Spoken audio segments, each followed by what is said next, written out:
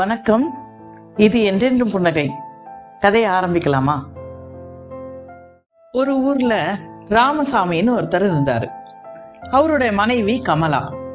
அவங்களுக்கு சோமுன்னு ஒரு பையன் இருந்தான். அவன் சின்ன வயசுல இருந்தே சுத்த சோம்பேறி.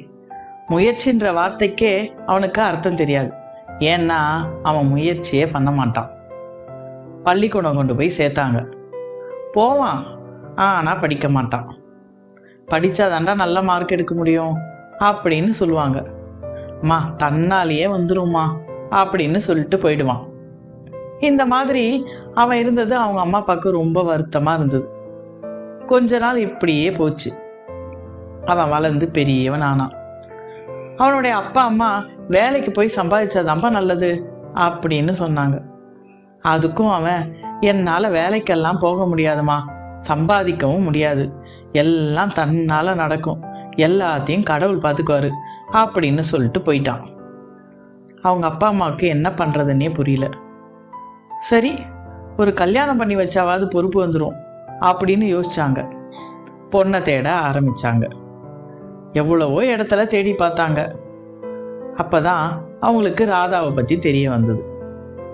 ராதா வேற யாரும் இல்லைங்க, பக்கத்து ஊர்ல இருக்கிற சேகர் தேவியோட பொண்ணு தான். அவ ரொம்ப சுறுசுறுப்பா இருப்பா, ரொம்ப கெட்டிக்காரி. இவனுக்கு நேர் எதிரு. இந்த பொண்ணை கல்யாணம் பண்ணி வச்சா எல்லாம் சரியாயிடும் அப்படின்னு நினைச்சு போய் ராதாவை பொண்ணு கேட்டாங்க. ராமசாமி கமலாவோட குணத்தை பார்த்து ராதாவோட அப்பா அம்மாவும் சம்மதிச்சாங்க. சோமுக்கும் ராதாவுக்கும் கல்யாணம் ஆச்சு. கொஞ்ச நாள்ல ராதாவுக்கு அவனை பத்தி தெரிய வந்தது. ஏதாவது ஒரு வேலைக்கு முயற்சி செய்யுங்க, நீங்க வேலைக்கு போனாதாங்க நம்ம குடும்பத்துக்கு நல்லது அப்படின்னு சொன்னான். இல்ல ராதா, என்னால எந்த முயற்சியும் பண்ண முடியாது, எல்லாத்தையும் கடவுள் பார்த்துப்பாரு, நீ எதுக்கும் கவலைப்படாத அப்படின்னு சொல்லிட்டு கிளம்பிட்டான். ராதா யோசிச்சா, இப்படியே இருந்தா சரியா வராது, நம்மளாவது ஏதாவது ஒரு வேலை செய்வோம், அப்பதான் குடும்பத்தை நடத்த முடியும். உடனே அவளுக்கு ஒரு யோசனை தோணுச்சு. அவங்களுக்கு சொந்தமா ஒரு தோட்டம் இருந்தது. அதுல காய்கறி எல்லாம் விளைய வச்சு அதை கொண்டு போய் சந்தையில விற்கலான்னு நினைச்சா. அதுக்கான வேலைய ஆரம்பிச்சா.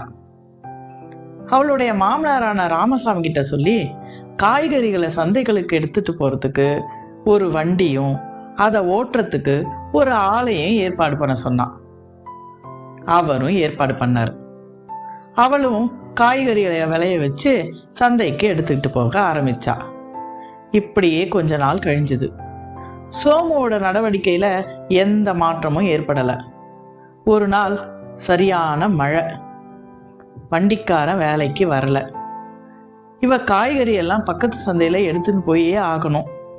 ஏன்னா சந்தையில ஒருத்தர் அவங்க வீட்டு கல்யாணத்துக்கு நிறைய காய்கறிகளை கேட்டு இருந்தாரு. ராதாக்கு என்ன செய்யறதுன்னே புரியல. இந்த முறை எப்படியாவது சோமுவை அனுப்பி வைக்கணும் அப்படின்னு முடிவு பண்ணான். அவன் கிட்ட போய் சொன்னான். அவன் முடியாதுன்னு மறுத்தான்.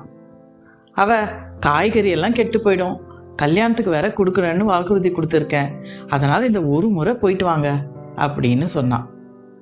அவனும் வேற வழி இல்லாம இந்த ஒரு முறை மட்டும்தான் அப்படின்னு சொல்லிட்டு கிளம்பினான். அவன் சந்தைக்கு காட்டு வழியா தான் போகணும். அப்போ போற வழியில அவனுடைய வண்டி சேத்துல சிக்கிக்குச்சு. அவனுக்கு என்ன செய்யறதுன்னே தெரியல. கீழே இறங்கி போய் பார்க்கலான்னு நினைச்ச போதுதான் கால் தவறி பக்கத்துல இருந்த பள்ளத்துல விழுந்துட்டான். சுத்தி முத்தி பார்த்தான், அங்க யாரும் இல்லை. சரி, கொஞ்ச நேரம் நிப்போம், கடவுள் வந்து காப்பாத்துவாரு அப்படின்னு பேசாம நின்னான். யாருமே வரல. என்ன செய்யறதுன்னே தெரியல. இருட்ட தொடங்கிடுச்சு. மழையில காட்டுல இருக்க விஷப்பூச்சி எல்லாம் வெளியே வர ஆரம்பிச்சுது. யாராவது இருக்கீங்களா அப்படின்னு கூப்பிட்டு பார்த்தான். ஒருத்தரும் வரல.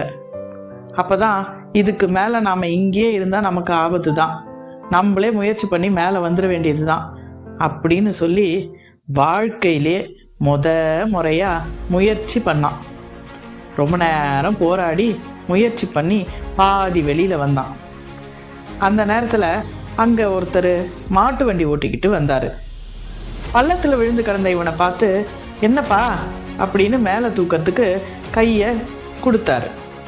அவன் அவரை பார்த்து எவ்வளோ நேரமாக கத்துறேன், யாரும் வரல, அதனால தான் நானே வெளியில் வர முயற்சி பண்ணேன்.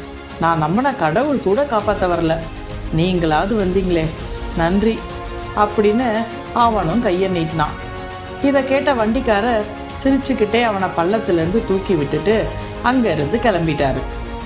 சோமு ஒரு வழியாக காய்கறிகளை சந்தையில் சேர்த்துட்டு வீட்டுக்கு வந்தான். வந்த உடனே நடந்த எல்லாத்தையும் ராதா கிட்ட சொன்னான். நீ சொன்னது சரிதான், எவ்வளவு கூப்பிட்டும் கடவுள் வரவே இல்லை, அதனால நானே முயற்சி பண்ணி வெளியே வர ஆரம்பிச்சிட்டேன். அந்த நேரத்தில் ஒருத்தர் வந்து கை தூக்கி விட்டுட்டாரு அப்படின்னு சொன்னான். அவனை ராதா வியப்பா பார்த்துக்கிட்டே இருந்தா. என்ன பார்க்குற, இனிமே நான் கடவுளை நம்ப மாட்டேன், முயற்சியிலே என் வாழ்க்கையை வாழ ஆரம்பிக்கிறேன் அப்படின்னு சொன்னான். அதுக்கு ராதா, ஏங்க இப்போ நீங்கள் தப்பாக தான் புரிஞ்சுக்கிட்டு இருக்கீங்க. நீங்கள் நம்பின கடவுள் உங்களை கைவிடலை, நீங்கள் எந்த முயற்சியும் பண்ணாமல் கடவுள் பார்த்துப்பாரு அப்படின்னு நினச்சது தான் தப்பு. உங்கள் முயற்சிக்கு தான் கை கொடுக்க வந்தார் அந்த கடவுள் வண்டிக்கார ரூபத்தில் அப்படின்னு சொன்னான். ராதா சொன்னது சோமுக்கு அப்பதான் நல்லா புரிஞ்சுது. எப்பவுமே நம்ம வாழ்க்கையில் எந்த முயற்சியும் பண்ணாமல் கடவுள் பார்த்துப்பாரு அப்படின்னு நினைக்கிறது தான் ரொம்ப தப்பு. நம்ம வாழ்க்கையில் முயற்சின்னு ஒன்று பண்ணால் கடவுள் நிச்சயம் நம்மளை காப்பாற்றுவார். மீண்டும் அடுத்த கதையில் சந்திப்போம். நன்றி.